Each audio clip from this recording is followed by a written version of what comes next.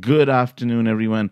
How's everyone doing? First of all, I must apologize that I wasn't able to do a men's final preview. Unfortunately, just at the wrong time, I got a bit under the weather. Nonetheless, I just thought I'll wrap up my series of US Open 2016 vlogs, providing some reflections on the tournament. First, I'm going to talk about the two winners. On the men's side, Stan Wawrinka came through in a very entertaining final against Novak Djokovic in four sets. There were parts of it that reminded me of the 2015 French Open final, where Wawrinka was just able to hit through Djokovic's defenses, and not only hit through Djokovic's defenses, but do it in a sustained manner. And that was a big difference. I think lots of credit has to go to Wawrinka. I know people will say Djokovic wasn't completely fit, he wasn't at his best. There's some truth to that, but the bigger truth, I think, is that Wawrinka's the kind of player who's got the risk reward strategy down to perfection. He'll go for his shots. Sometimes when they're errors, they look like ugly shanks, but he'll consistently go for his shots.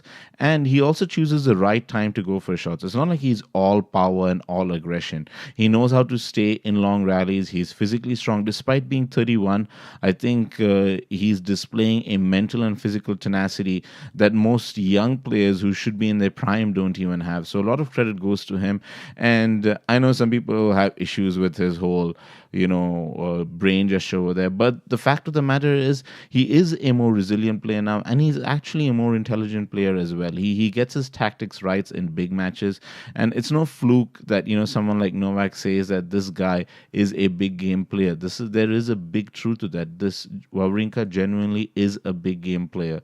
For someone to win two Grand Slams after reaching 30, for someone to win a Grand Slam in this era of the big four, you've got the Djokovic, Murray, Nadal, Federer. In this era, for an outsider to win three Grand Slams, one in 2014, one in 2015, one in 2016, is highly commendable. There were points at this US Open where he didn't even look so good, but his sheer tenacity got him through. There were moments against Kei Nishikori where we thought Nishikori would win. He saved a match points against Dan Evans in the third round. He lost a set against Juan Martin Del Potro.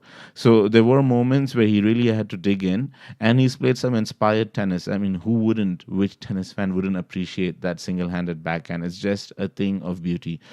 For Novak, it rounds up a very sort of confusing summer. He won in Toronto, lost in Wimbledon, third round, big upset. That Olympics defeat really, really shook him up. I've never seen Djokovic cry like that.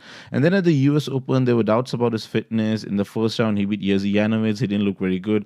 And then that surreal situation with the walkovers and that strange semifinal against Monfils. So really, it's going to be remembered as a very strange Grand Slam for Novak Djokovic. Now, on the women's side, Angelique Kerber won her second Grand Slam this year. She's reached three finals this year. I think this is an amazing, amazing thing for the WTA. It's been so long since we had someone other than Serena reach three Grand Slam finals in a year. So long since someone other than Serena won two slams in a year. So this is a great achievement for Angelique Kerber. She played at certain points of the tournament, and this is just to show, to win a Grand Slam, sometimes you have to win playing below your best as well. There were points in the tournament where I don't think she played outstanding tennis, but at the business end, she had the composure, she played the right shots at the right time. Her defense is amazing. She can run, as she said in her post-match interview, she can run for 4 hours if need be, but now she's picked points to be aggressive. And once again, just to be clear, I'm not comparing her to Nadal, but the way she can sometimes go for that forehand down the line when she's on the run reminds me a lot of Nadal. That's all I'm saying. That shot reminds me of Nadal. She is not in the same league, of course. That's a given. But nonetheless, a simply phenomenal achievement. She is the new world number one. And now the interesting thing is, how is she going to do in Singapore? And then can she replicate that in 2017? I mean, even if she reaches one or just one Grand Slam final, it would be great. I'm hoping she reaches at least two, because we really do need a consistent challenger to Serena Williams at the top of the women's game. Karolina Pliskova deserves a word too. I thought she probably played, excuse me, she probably played some of the best tennis on the women's side. Her match against Venus Williams was probably the best women's match in totality. A really superb match. She saved her match point with a great backhand winner. She played aggressive tennis. She serves really well, and she's someone who's really exciting to look forward towards the future. So let's hope she maintains this form. For my money, in that second set in the final, she really outplayed Kerber. And were not for a bit of nerves in both the first set, the first Grand Slam final, and the last set when the moment became close, she could easily have won. But she's got a great summer behind her, and hopefully she's another one who can move on and become even better next year because the women's game needs it.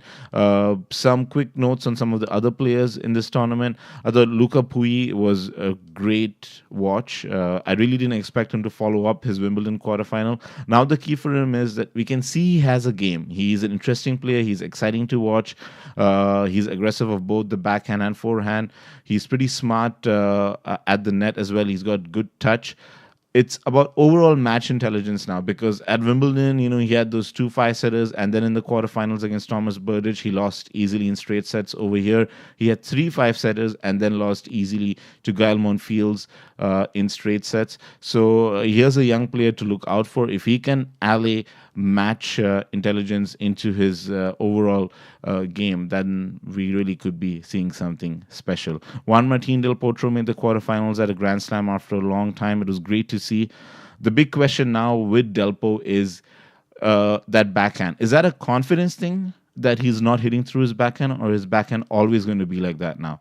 If it's an issue of confidence, and with a bit more matches in the remainder of the winter, early next year, if he gets that confidence back, then he's going to be a serious threat at Grand Slams. Unfortunately, if his backhand is gone for good, then it's really hard to see how he can win big matches against big players with just his forehand working, because then the margin for error reduces dramatically. Nonetheless, it really was great to see him in the quarterfinals.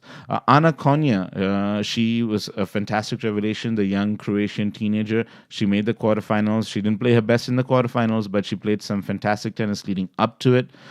So there's another player we can look forward to seeing next year. Hopefully she carries on and becomes even better. That being said, there were some disappointments as well. Gael Monfils, people said he played some of his best tennis at a Grand Slam, but all of that unfortunately got a loss with his shenanigans in the semifinals. We really didn't want to see that. Andy Murray, I think he can swallow his quarterfinal defeat. I think 9 out of 10 times you'd expect him to beat Kei Nishikori. But after the summer he's had, winning Wimbledon, defending his Olympic gold medal, I guess he can't have too much to complain. It'll be interesting to see what his schedule is like the rest of the year, because he'd probably want to be fresh to win that Australian Open. He's been a runner-up over there 5 times. It's time to win that slam for Andy. Serena Williams, in a similar manner to Murray. I mean, it's just ridiculous when you think of the benchmarks she set. When she wins 1 Grand Slam a year, it's considered a disappointment. But 3 finals, 1 semi-final. Yeah, she was a bit tired against Pliskova, but overall, she can be happy with her year as well. So those were the movers and shakers of this US Open. I enjoyed it.